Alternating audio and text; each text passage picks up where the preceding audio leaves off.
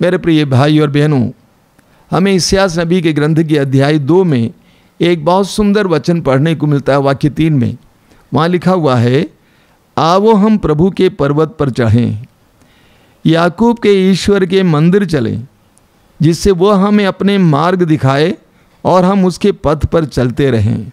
लिखा हुआ है, आओ हम प्रभु के पर्वत पर चढ़ें। आओ हम प्रभु के पर्वत पर चढ़ें। बाइबल में पर्वतों और पहाड़ों को बहुत बड़ा स्थान है। हम पढ़ेंगे उत्पत्ति ग्रंथ अध्याय 22 में कि इब्राहिम अपने एकमात्र बेटा इसहाक को बलि चाहने के लिए ईश्वर की आज्ञा के अनुसार मोरिया पहाड़ ले जाता है और वहाँ पर ईश्वर उसे अपने बेटे को बलि चाहने से रोक देता है और उस पहाड़ पर एक मेढ़ा पाया जाता है जिसकी बलि चढ़ाई जाती है इसहाक की जगह पर। और इसीलिए वहाँ पर लिखा हुआ है कि पर्वत पर प्रभु प्रबंध करता है। हम मूसा के बारे में पढ़ते हैं निर्गमन ग्रंथ में कि मूसा बार बार सीनाई पर्वत पर चढ़ते थे ईश्वर से बात करने के लिए, ईश्वर की सलाह लेने के लिए।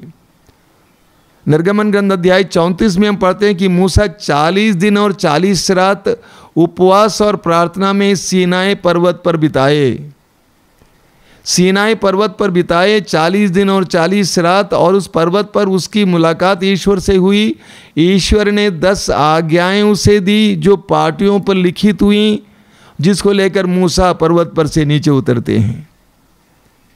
हम राजाओं के पहले ग्रंथ के अध्याय 18 में पढ़ते हैं नबी एलिया के बारे में। पूरे इस्राएल में अकाल पड़ा था, कहीं वृष्टि नहीं हो रही थी, लोग परेशान थे, दुखी थे, पीड़ित थे, मर रहे थे। और वचन में लिखा हुआ है एलिया अपने नौकर के साथ कारमेल पहाड़ पर चढ़ जाते हैं और कारमेल पहाड़ पर प्रार्थना में लीन हो जाते हैं। और एलिया के प्रार्थना के बदौलत बहुत बड़ी वर्षा होती है। कारमेल पहाड़ पर एलिया ने ईश्वर को एक बहुत बड़ा चमत्कार करने के लिए अपनी प्रार्थना के द्वारा मजबूर किया एक तरह से। उसी तरह नए विधान में हम पढ़ते हैं कि प्रभु यीशु पर्वत पर चढ़ते हैं, पहाड़ पर चलते हैं। सुसमाचार में हम पढ़ते हैं कि प्रभु यीशु भीड़ को देखकर पहाड़ी पर चढ़ जाते थे वचन सुनाने के लिए, बार बार, कई बार। लूकस के सुसमाचार के अध्याय 9 में हम पढ़ते हैं कि प्रभु यीशु अपने शिष्यों को लेकर एक पहाड़ पर चढ़ गए और वहाँ पर वो प्रार्थना में लीन हुए। उस पहाड़ पर प्रार्थना के दौरान उनका रूपांतरण हुआ, उनका चेहरा चमकने लगा, उनका वस्त्र चमकने लगा। एलिया और मूसा दिखाई दिए, शिष्य घबरा गए। प्रार्थना के दौरान, पहाड़ पर प्रार्थना के दौरान चमत्कार होता है, रूपांतरण होता है। मार्कुस के सुसमाचार के अध्याय 3 में हम पढ़ते हैं प्रभु यीशु एक पहाड़ी पर चढ़ते हैं और जिनको वे चाहते थे उनको अपने पास बुलाते हैं, अपने शिष्यों को अपने पास बुलाते हैं। हम पढ़ते हैं स्तोत्र 121 में, उसके वाक्य 1 में स्तोत्रकार कहता है, मैं अपनी आंखें पर्वतों की ओर उठाता हूँ, क्या वहाँ से मुझे सहायता मिलेगी? जिसने पृथ्वी, आकाश और पृथ्वी को बनाया है वही मेरी सहायता करेगा। स्तोत्रकार कहता है मैं अपनी आंखें पर्वतों की ओर उठाता हूँ। देखिए, यरूशलेम मंदिर सियोन पर्वत पर खड़ा था। यरूशलेम मंदिर सियोन पर्वत पर बना हुआ था, इसीलिए सभी यहूदी बड़े विश्वास के साथ उस पर्वत की ओर देखा करते थे। हम दानियल के ग्रंथ के अध्याय 6 में पढ़ेंगे कि दानियल अपने देश से निर्वासित था, परदेश में रह रहा था। वहाँ रहते हुए भी उस खिड़की को खोला करता था जो खिड़की यरूशलेम की ओर लगी हुई थी, और यरूशलेम के उस महान, उस पवित्र पर्वत की ओर देखकर वो प्रार्थना किया करता था, ईश्वर की आराधना किया करता था। इस्यास नबी के ग्रंथ के अध्याय 25 में हमें एक बहुत ज़बरदस्त प्रतिज्ञा सुनने को मिलती है। वहाँ पे क्या लिखा हुआ है? वाक्य 6 से वहाँ लिखा हुआ है, विश्व मंडल का प्रभु इस पर्वत पर सब राष्ट्रों के लिए एक भोज का प्रबंध करेगा। विश्व मंडल का प्रभु इस पर्वत पर सब राष्ट्रों के लिए एक भोज का प्रबंध करेगा। उसमें रसदार मांस परोसा जाएगा और पुरानी तथा बढ़िया अंगूरी वह इस पर्वत पर से सब लोगों तथा सब राष्ट्रों के लिए कफन और शोक के वस्त्र हटा देगा। वह सदा के लिए मृत्यु समाप्त करेगा। प्रभु ईश्वर सबके मुख से आंसू पोंछ डालेगा। वह समस्त पृथ्वी पर से अपनी प्रजा का कलंक दूर कर देगा। प्रभु ने ये कहा है। कितना जबरदस्त प्रतिज्ञा है। ईश्वर कहता है, प्रभु कहते हैं कि इस पर्वत पर प्रभु ये कार्य करेंगे। अब सवाल ये खड़ा होता है, ये पर्वत क्या है? ये पहाड़ क्या है? ये पर्वत क्या है? ये पहाड़ क्या है? पर्वत ऊंचा स्थान माना जाता था, स्वर्ग के करीब माना जाता था। ये पर्वत क्या है? ईश्वर का सानिध्य, प्रभु की उपस्थिति। और ईश्वर के सानिध्य में ये सब होता है। ईश्वर के सानिध्य में ये सब होता है। प्रभु कहते हैं इस एक भोज का प्रबंध होगा। ईश्वर के सानिध्य में लोग तृप्त किए जाएंगे। ईश्वर के सानिध्य में लोग आनंद मनाएंगे। एक बहुत गहरी बात है, मैं अपने अनुभव से बता रहा हूं। इस आश्रम में विशेष करके ईश्वर के सानिध्य में, ईश्वर की उपस्थिति में क्या क्या नहीं होता है, चमत्कार और चिन्ह प्रकट होते हैं। प्रभु का वचन कहता है कि वह उस पर्वत पर, प्रभु के पर्वत पर यानी प्रभु के सानिध्य में लोगों को, अपनी प्रजा को तृप्त करेगा, उनको आनंद से भर देगा।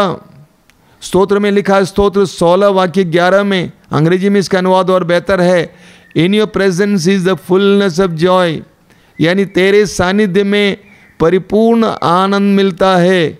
ईश्वर के सानिध्य में परिपूर्ण आनंद मिलता है। मैं एक छोटा सा उदाहरण देता हूँ। मान लीजिए आप आग के पास बैठे हुए हैं। आप आग के पास बैठेंगे तो क्या होगा?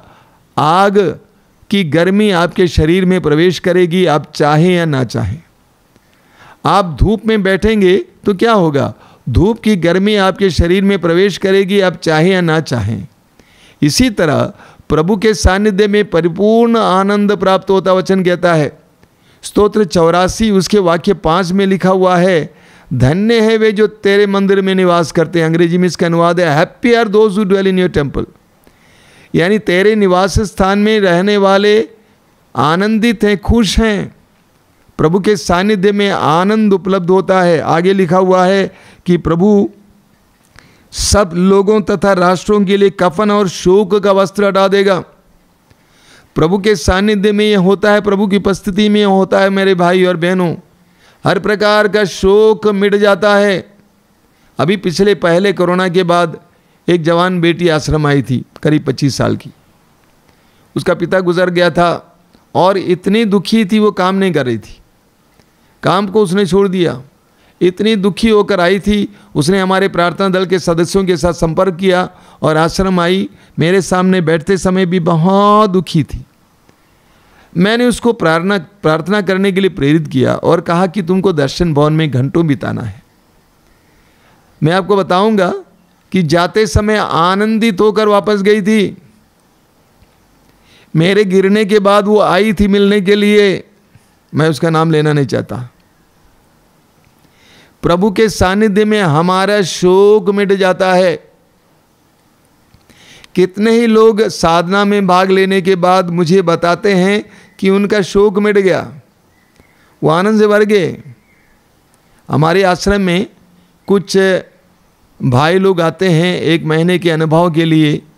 वे तुरंत पुरोहित बनने वाले हैं, फादर बनने वाले हैं, और उनको 3 दिन का मौका दिया जाता है दर्शन भवन और वरदान में प्रार्थना में रहने के लिए। 3 दिन प्रार्थना में।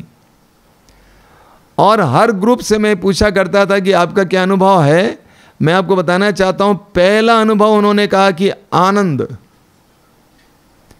प्रभु के सानिध्य में आनंद मिलता है, प्रभु की उपस्थिति में आनंद मिलता। आगे लिखा हुआ है कि वो सदा के लिए मृत्यु समाप्त करेगा। इस पर्वत पर जो प्रभु के सानिध्य में बैठता है, उसके अंदर जो मृत्यु है, प्रभु हम उसको समाप्त करेगा। हमारे दर्शन भवन में दर्जनों या दर्जनों न कहूँ सैकड़ों लोगों ने जो गंभीर रोग से पीड़ित थे, चंगाई प्राप्त की है। ये हमारे दर्शन भवन की बात नहीं है। जहाँ कहीं भी प्रभु के सानिध्य में लोग जाते हैं, प्रभु का स्पर्श उन्हें मिल जाता है और उन्हें चंगाई मिल जाती है। प्रभु कहते हैं, मैं मेरे सानिध्य में, अपने सानिध्य में इस पर्वत पर से हर प्रकार के मृत्यु और मृत्यु के कारण को हटा दूंगा। आगे लिखा हुआ है कि वो सबके आंसू पोंछ डालेगा। प्रभु के सानिध्य में बैठना, बहुत सारे दुखी पीड़ित लोग आश्रम आते हैं, मैं उनसे कहता हूँ प्रभु के सानिध्य में बैठ जाओ। लोगों से बात करने से कुछ नहीं होता है, अपना दुखड़ा दुनिया के लोगों को सुनाने से कुछ नहीं होने वाला है। प्रभु के सामने बैठो, रो। अभी हाल में आश्रम में युवतियों और युवकों के लिए कार्यक्रम हुआ, मैंने उनसे कहा था कि बेटे तुम रोना प्रभु के सानिध्य में, और आप विश्वास नहीं करेंगे इतने जोर जोर से रो रहे थे कि आसपास के लोग पूछने लगे क्या हो रहा है। नतीजा अगले दिन सारे बच्चे आनंद के साथ बता रहे थे कि ज़िंदगी में पहली बार इस तरह रोया हूँ और मुझे कितने गहरे आनंद का अनुभव हो रहा है। प्रभु कहते हैं यूहन्ना के समाचार के अध्याय 16 वाक्य 20 में, तुम्हारा शोक आनंद में बदल जाएगा। जो प्रभु के सानिध्य में जाता है उसका शोक आनंद में बदल जाता है। आगे लिखा हुआ है, अपनी प्रजा का कलंक दूर कर देगा प्रभु। प्रभु के पर्वत पर प्रभु के सानिध्य में कलंक मिट जाता है। अलग अलग के प्रकार के लोग जो पाप के शिकार थे, अश्लीलता के शिकार थे, मैंने उनसे कहा कि आपको बैठना है प्रभु के सामने। एक भाई जी आए थे बहुत दूर से, बहुत बड़े शराबी थे, शराब पी के मतवाला होकर यहाँ वहाँ पड़ा रहता था, उसको उठा के ले आना पड़ता था। उसने कहा कि मैं बहुत परेशान हूँ। मैंने पूछा आपकी समस्या क्या है? उसने कहा मैं बहुत ज़्यादा शराब पीता हूँ। मैंने कहा आपकी समस्या नहीं है। बार बार वो बोलता गया ये तो मेरी समस्या है। मैंने कहा आपकी समस्या यह है कि आपने शराब से बेहतर और कुछ नहीं चखा है, और मैं चाहता हूँ कि इस आश्रम में रहते समय आप शराब से बेहतर कुछ चखें। इसीलिए मैंने कहा कि आप सारी प्रार्थनाओं के अलावा व्यक्तिगत रूप से 6 घंटे प्रार्थना में बिताएंगे।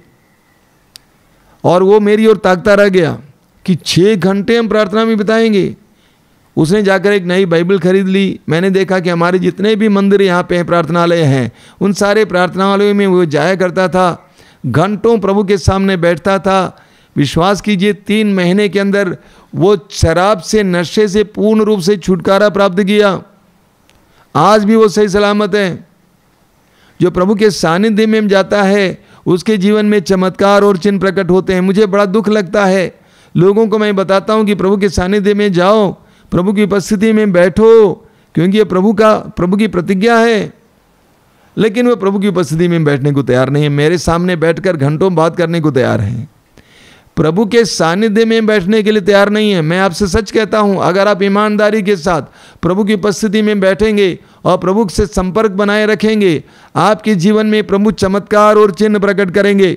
तो प्रभु का वचन कहता है कि इस पर्वत पर से सब राष्ट्रों के लिए एक भोज का प्रबंध करेगा। और आगे लिखा हुआ, इस पर्वत पर से सब लोगों राष्ट्रों के लिए कफन और शोक के वस्त्र हटा देगा। वो सदा के लिए मृत्यु समाप्त करेगा। ईश्वर सबके मुख से आंसू पोंछ डालेगा, अपने प्रजा का कलंक दूर कर देगा। प्रभु अपने सानिध्य में ये करते हैं। सवाल ही खड़ा होता है, कौन उस पर्वत पर चढ़ सकता है? एक बहुत सुंदर वचन हमें पढ़ने को मिलता है, वो है स्तोत्र 24 में। स्तोत्र 24 उसके वाक्य 3 और 4 में क्या लिखा हुआ है? प्रभु के पर्वत पर कौन चढ़ेगा? उसके मंदिर में कौन रह पाएगा? वही जिसके हाथ निर्दोष और हृदय निर्मल है, जिसका मन असार संसार में नहीं रमता, जो शपथ खाकर धोखा नहीं देता है। 4 बातें बताई गई हैं। पहली बात, जिसका हाथ निर्दोष। दूसरी बात, जिसका हृदय निर्मल है। तीसरी बात, जिसका मन असार संसार में नहीं रमता है। चौथी बात, जो शपथ खाकर धोखा नहीं देता है।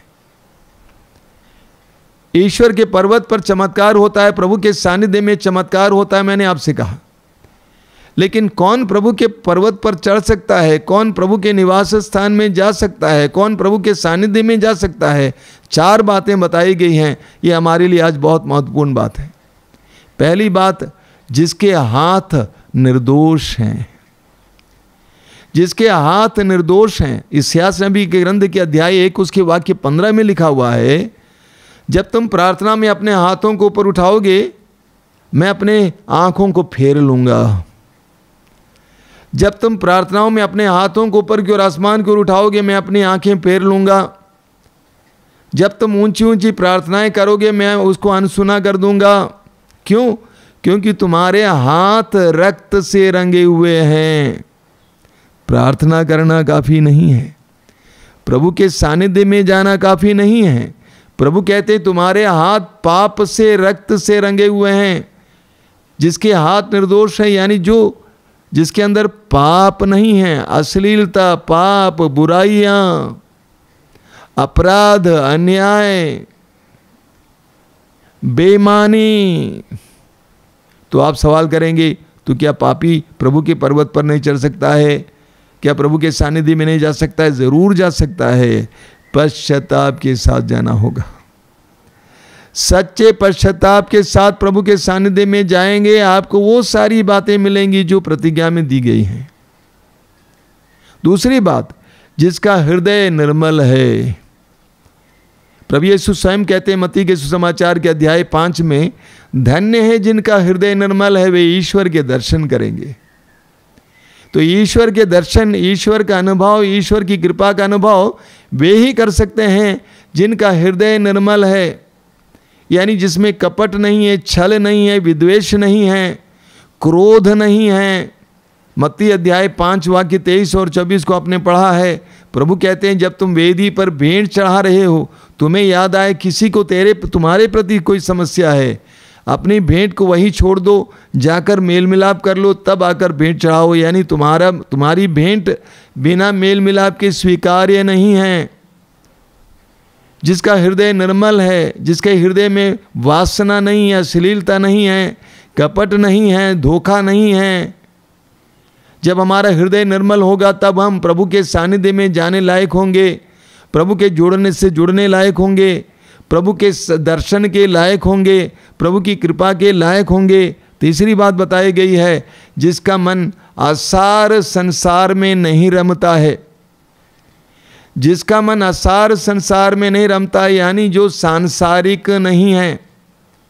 याकूब के पत्र के अध्याय 4 वाक्य 4 में याकूब कहते हैं, रे कपटियों, क्या तुम ये नहीं जानते कि संसार से मित्रता का अर्थ है ईश्वर से बैर? क्या तुम्हें नहीं मालूम कि संसार से मित्रता का अर्थ है ईश्वर से बैर? जो संसार का मित्र बनना चाहता है वो ईश्वर का शत्रु बन जाता है। पहला यूहन्ना अध्याय 2 वाक्य 15 और 16 में यूहन्ना कहते हैं, तुम ना संसार से प्यार करोगे संसार की चीज़ों का। जो संसार से प्यार करता है उसके अंदर पिता का प्यार नहीं है। तो जिसका मन आसार संसार में नहीं रमता है, हम संसार और ईश्वर को दोनों को एक साथ उनकी सेवा नहीं कर सकते हैं। मत्ती अध्याय 6 वाक्य 24 प्रभु कहते हैं, तुम संसार, तुम धन और ईश्वर दोनों की सेवा नहीं कर सकते, संसार और ईश्वर दोनों की आराधना नहीं कर सकते। हमें स्वीकार करना होगा कौन मालिक होगा, कौन नौकर होगा। तो प्रभु कहते हैं जिसका मन आसार संसार में नहीं रमता है वही प्रभु के पर्वत पर चढ़ सकता है। और अंत में लिखा गया है, जो शपथ खाकर धोखा नहीं देता है, जिसमें बेईमानी नहीं है, जिसमें अन्याय का भाव नहीं है, जो असत्य के मार्ग पर नहीं चलता है, जो झूठ नहीं बोलता है। लूकस के सुसमाचार के अध्याय 19 में हम जक्केउस के बारे में पढ़ते हैं। जब प्रभु यीशु ने कहा कि मुझे तुम्हारे यहाँ ठहरना है, उसके आगे प्रभु यीशु उसके घर तक पहुँच जाते हैं, तो जक्केउस निर्णय लेते हैं कि मैं जिनको ठगता था मैं चौगुना वापस लौटाऊंगा। यानी प्रभु का सानिध्य, प्रभु की उपस्थिति, प्रभु की कृपा और बेईमानी एक साथ नहीं जा सकती। धोखा, बेईमानी, ठगने की प्रवृत्ति और प्रभु की आराधना एक साथ नहीं जा सकती। प्रभु का सानिध्य और बेईमानी एक साथ नहीं जा सकते। तो 4 बातें प्रभु बताते हैं। अगर प्रभु के सानिध्य में जाने लायक होना है हमें, सबसे पहली बात कि हमारे हाथ निर्दोष हों। दूसरी बात, हमारे हृदय निर्मल हों। तीसरी बात, हमारा मन आसार संसार में ना रमता हो, हम सांसारिक ना हो। चौथी बात कि हम धोखा नहीं देते हों, हम झूठ नहीं बोलते हों, हम सत्य के पक्ष में हों।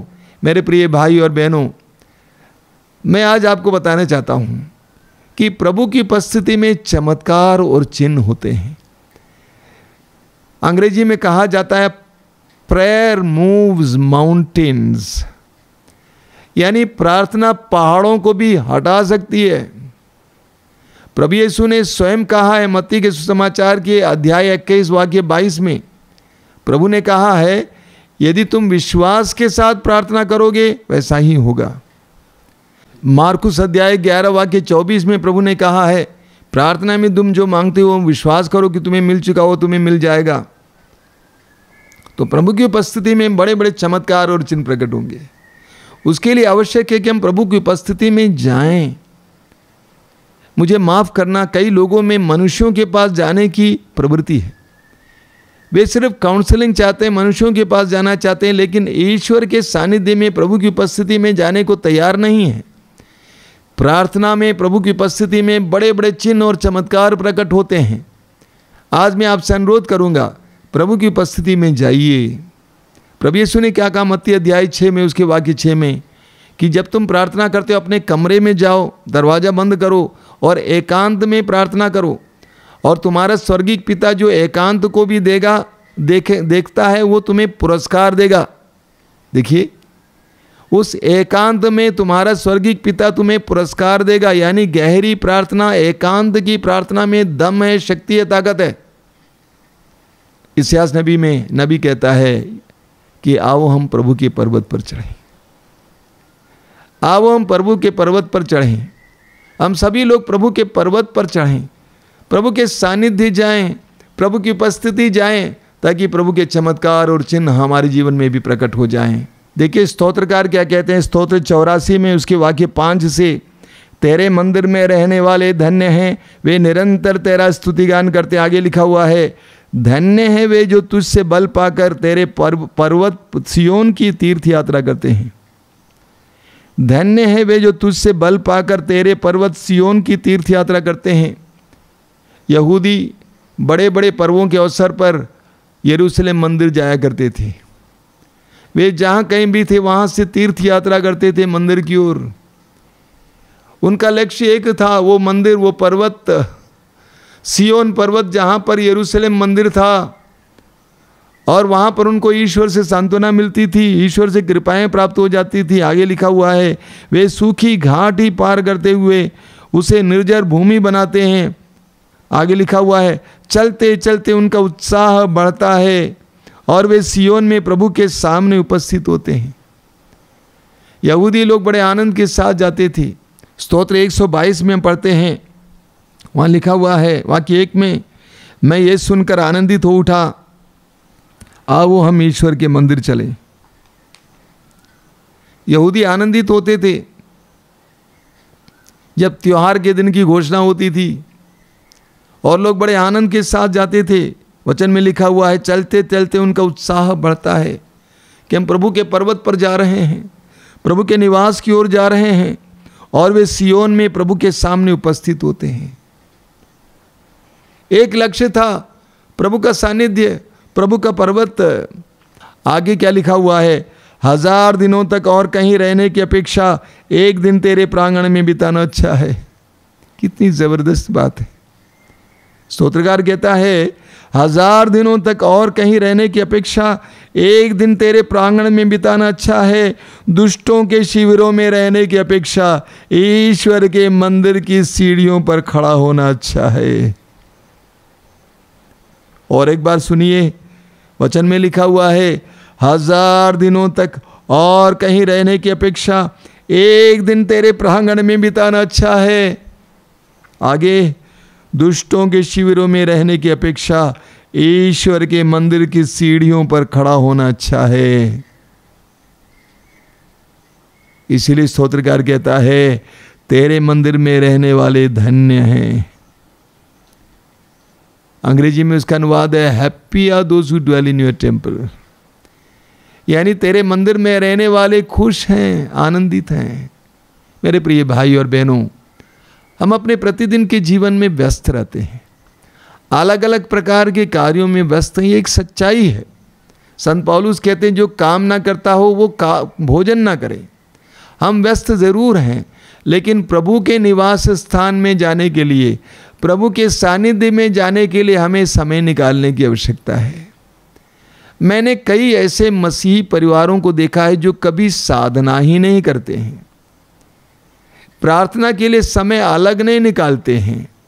नतीजा यह है कि उनके जीवन में, उनके परिवार में जो टूटापन है वो टूटापन और ज़्यादा बढ़ता जाता है, जो दरार है और दरार बढ़ती जाती है। लेकिन जितना हम प्रभु के सानिध्य में जाते हैं दरारें भर जाती हैं, हमें नवीनता मिल जाती है, पुराने पत्ते गिर जाते हैं, हमें नए पत्ते मिल जाते हैं, हमें नया उत्साह मिल जाता है, हमें नई कृपा मिल जाती है। हर परिवार को साधना की ज़रूरत है, हर परिवार को प्रभु के सानिध्य में जाने की ज़रूरत है। उस सानिध्य से हम जीवन प्राप्त करेंगे। प्रभु ही एकमात्र सानिध्य है जहाँ से हमें आनंद मिलेगा। देखिए, आनंद एक दैविक गुण है, मज़ा अलग चीज़ है। सच्चा आनंद ईश्वर से आता है। जैसा कि स्तोत्रकार कहता है, स्तोत्र 16 वाक्य 11 मैंने पढ़ के सुनाया आपको। वहाँ पे क्या लिखा हुआ है कि तेरे ही सानिध्य में संपूर्ण या परिपूर्ण आनंद प्राप्त होता है। हम प्रभु के पास जाने के लिए प्रयास करें, प्रभु के सानिध्य में जाने के लिए प्रयास करें। स्तोत्रकार कहता है स्तोत्र 42 में, जिस तरह हिरणी जलधारा के लिए प्यासी है उसी तरह मेरी आत्मा तेरे लिए प्यासी है। हमारे अंदर ये प्यास बनी रहे। मैंने देखा कई परिवार दूर दूर जगहों से आश्रम चले जाते हैं, 1 सप्ताह के लिए, 2 सप्ताह के लिए, प्रार्थना में बैठने के लिए, एकमात्र उद्देश्य प्रार्थना में बैठने के लिए। आज ही मुझे टेलीफोन मिला है कैसे एक शहर से कुछ मसीही लोग 1 दिन के लिए यहाँ पे आना चाहते हैं, वचन सुनना चाहते हैं, प्रार्थना में बैठना चाहते हैं। हम प्रभु के पर्वत पर चढ़ें, वहाँ प्रभु हमें तृप्त करेंगे, हमें आनंद से भरेंगे। आइए हम प्रार्थना करें।